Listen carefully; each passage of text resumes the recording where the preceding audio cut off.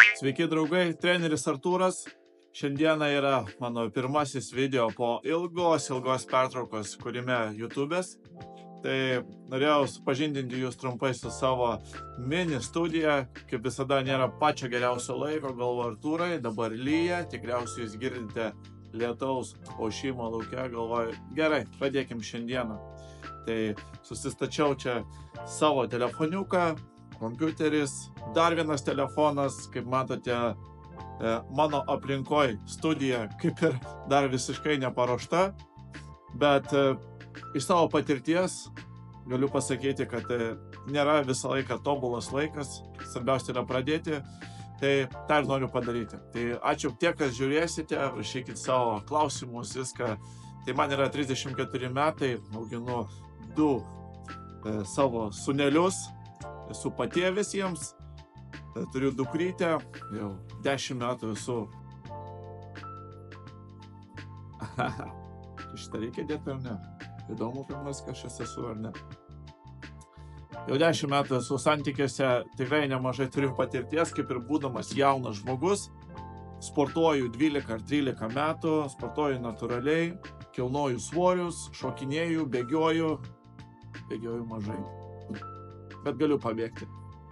Tai va, traumų minimaliai, žodžiu, klauskit visko, kas įdomu, galvoju, reikia pradėti ir pradėsiu šiandieną. Ir norėčiau šiandien pakalbėti būtent apie dirbtinį intelektą sporte, kaip ChatGPT, kaip Gemini ir panašiai. Ir girdžiu, kad vis daugiau ir daugiau žmonių pradėjo naudoti pagaliau tai.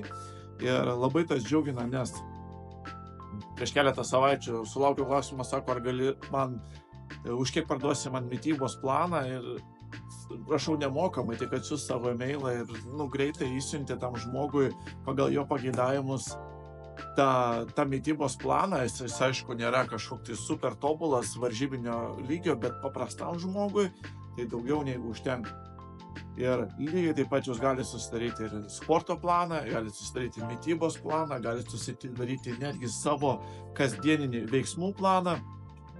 Ir tikrai to nereiktų bijoti, reikia pradėti eksperimentuoti. Taip, tai čia šita dalis kaip ir aiškiai, ką man daryti. Ką man daryti atsikėlus? Turbūt ir taip buvo aišku, kad reikia atsigerti vandens, pavalgyti pusryčius, nusiprausti, išsivalyti dantis ir panašiai. ChatGPT jums visą tai ir pasakys. Su treniruotėm lygiai taip pat jisai parašys jums, kaip daryti apšilimą, kokius daryti pratimus, ko nedaryti geriau, po kiek laiko daryti, po kiek pakartojimų daryti ir panašiai. Su maistu lygiai taip pat jis jums surašys viskas, ką jūs mėgstate, kaip pasigaminti ir panašiai. Ir pagrindinė esmė, iš tikro, visą gyvenimą buvo ta informacija, kaip ką daryti. Kaip ką daryti, po kiek daryti ir taip toliau ir taip toliau. Esminė problema, arba kaip tik ne, lieka vis tiek, kad reikia daryti. Ir dabar įsivaizduokim, kad jums tas dirbtinis intelektas sudarė sporto planą ir jūsų pirmą dieną parašyta padaryk apšilimą, galbūt 5 minutės ant bėgimo takelio, tada daryti mobilumo pratimus. Ir aišku, ten bus pavadinimai tų mobilumo pratimų, galbūt netgi bus parodyta, kaip atlikti, galbūt YouTube'į susirasti, kaip atlikti ir su to viskas gerai. Tada prasidės pratimai, irgi YouTube'į susirasit, kaip juos atlikti. Ir anksčiau tai buvo ir aš vis tiek ateinu į sporto salę ir matau, kad daugiau net nei pusę mes net nešnekame apie mažąją dalį žmonių, o apie didžiąją dalį žmonių, kad vis tiek dauguma daro netaisyklingai tos pratimus. Tai prie ko aš vedu, kad pagrindinis dalykas vis tiek išlieka, kaip aš darau tos pratimus. Kodėl aš darau tos pratimus.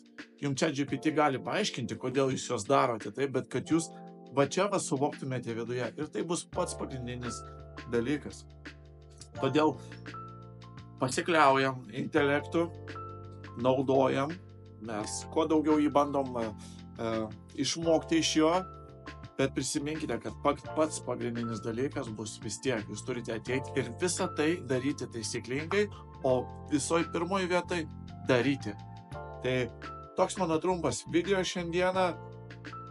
atrodo, nusimečiau 1000 akmenų nuo savo pečių. Tai ačiū labai, kas pažiūrėjote. Ir čia buvo mano visiškai bandomasis video. Pasižiūrėti, kaip bus apšvietimas, kaip aš skambėsiu. Deja, dar mikrofono neturiu.